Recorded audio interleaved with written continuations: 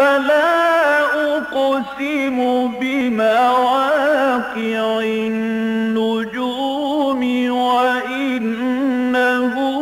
لقسم لو تعلمون عظيم إنه لقرآن كريم في كتاب مكنون لا يمسه إلا المطهرون تنزيل من رب العالمين.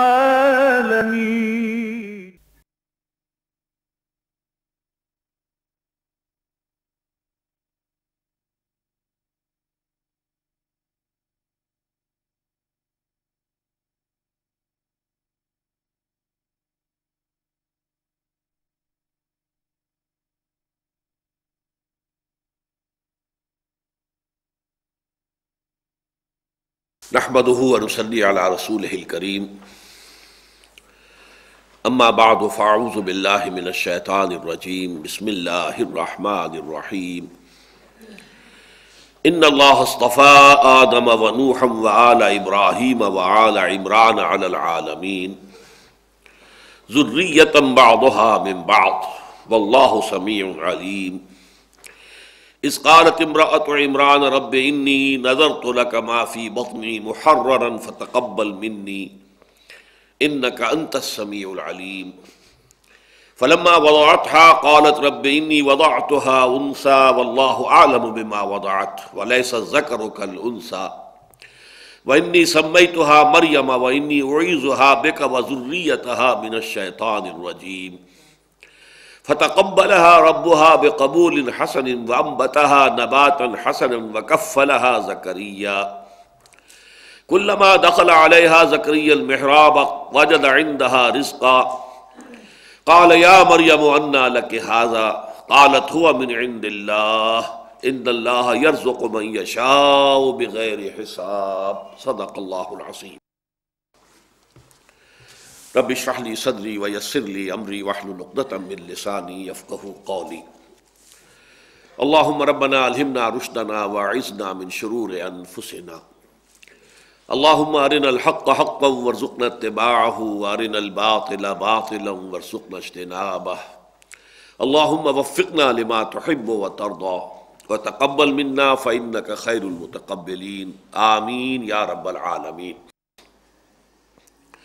سورہ آل عمران کے بارے میں بھی جیسے کہ سورہ بقرہ میں ہم نے دیکھا تھا، یہ بات دوبارہ ذہن میں تازہ کر لیجئے کہ یہ دونوں صورتیں نصفین پر مشتمل ہیں، دو تقریباً آدھی آدھی دو صورتیں جو یہ ہیں ان میں اس طریقے سے تقسیم ہوتی ہے کہ نصف اول اس میں خطاب اکثر و بیشتر خطاب کا رخ جو ہے سابقہ امت مسلمہ کی طرف، اور نصف ثانی اس میں خطاب موجودہ امت مسلمہ یعنی امت محمد صلی اللہ علیہ وسلم سے۔ اب جو سابقہ امت ہے وہ دو حصوں میں منقسم ہو چکی تھی، یہود اور نصارہ، اگرچہ ایک اعتبار سے وہ ایک ہی امت ہے، ایک ہی کتاب کے ماننے والے، ایک ہی شریعت ان کے لیے تھی، لیکن بہرحال دو حصوں میں منقسم تھے، یہودی اور نصرانی۔ تو ہم نے سورہ بقرہ میں دیکھا کہ 10 رکوع مسلسل آئے کہ جن میں یہود سے یا بنی اسرائیل خطاب ہوا ہے۔ یہاں اب آپ دیکھیں گے کہ یہ جو اس کا نصف اول ہے اس سورہ آل عمران کا، جیسے سورہ بقرہ میں وہ 3 حصوں میں مشتمل تھا، پہلے 4 رکوع تمہیدی، آخری 4 رکوع 18 میں سے وہ تحویلی، درمیان میں 10 رکوع ہے جن میں خطاب براہ راست بنی اسرائیل سے ہے۔ اس کے بھی 3 حصے ہیں، پہلی 32 آیات جو ہیں یوں سمجھیے کہ یہ تمہیدی تھے، اس کے بعد اب 32 آیات آ رہی ہیں کہ جو خطاب ہے براہ راست نصارہ سے، عیسائیوں سے، اور ان کی جو سب سے بڑی غلطی ہے، سب سے بڑی ٹھوکر جو انہیں لگی ہے اور سب سے بڑی گمراہی جس سے کہ وہ جو ان کو لاحق ہوئی ہے وہ ہے تثلیث کا عقیدہ، الوہیت مسیح علیہ السلام کا عقیدہ، تو اس کی نفی، یہ گویا کہ دوسرا حصہ ہے اس نصف اول کا۔ تیسرے حصے میں پھر خطاب جو ہے وہ دونوں سابقہ امت مسلمہ کے دونوں حصوں سے مشترک طور پر ہوگا، یعنی یہود سے بھی اور نصارہ سے بھی۔ یہ جو 32 آیات ہیں جو شروع ہو رہی ہے آیت نمبر 33 سے، ان کا زمانہ نزول قطعی طور پر ہمیں معلوم ہے کہ سن 9 ہجری ہے۔ جیسے سورہ بقرہ میں بھی ہم نے دیکھا کہ جو حرمت سود کی آیات ہیں وہ سن 9 ہجری میں نازل ہوئی ہیں۔ اکثر و بیشتر حصہ جو ہے وہ سورہ بقرہ کا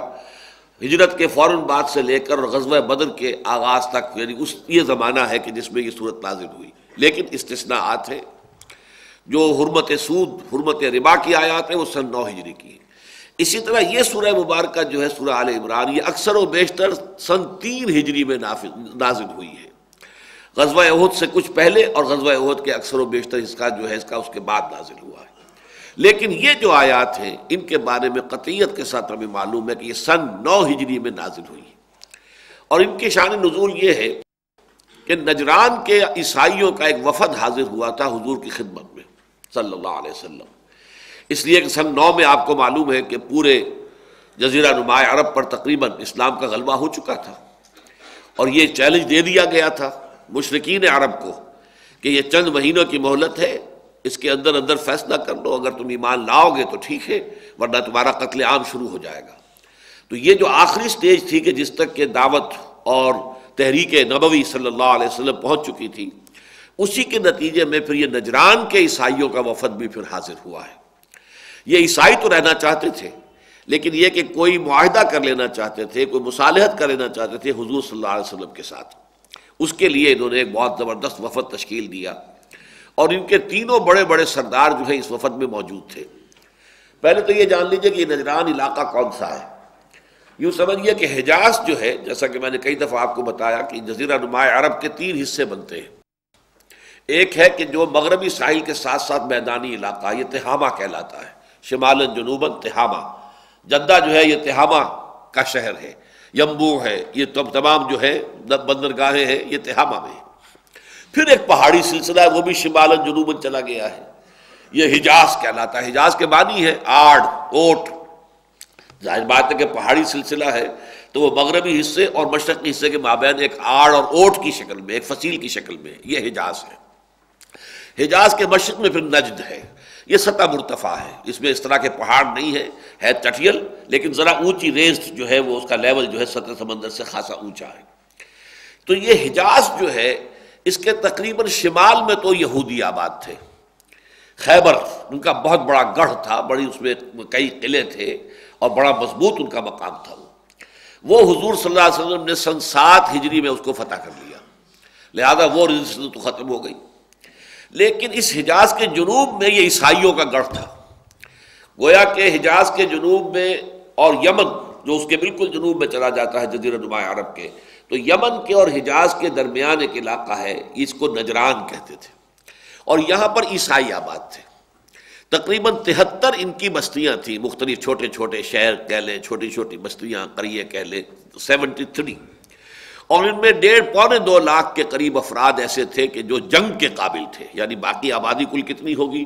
وہ آپ 6-7 لاکھ تو کم سے کم آبادی ہوگی، جن میں سے کہ 1.5 لاکھ افراد ایسے نکل آئے کہ جو جنگ کی صلاحیت رکھتے ہوں۔ اور یہ لوگ جو ہے عیسائی تھے اور سلطنت روما کے تابع تھے، اس لیے کہ کچھ ہی عرصے پہلے اس یمن میں ایک مرتبہ حکومت یہودیوں کے قائم ہو گئی تھی، ذو نواس یہودی جو ہے، اس نے پھر نجران کے عیسائیوں کا قتل عام کیا تھا، اور آگ کے بڑے بڑے جو ہے الاؤ جلا کر، اور ان میں بہت سے عیسائیوں کو جو کہ موحدین تھے اس وقت تک،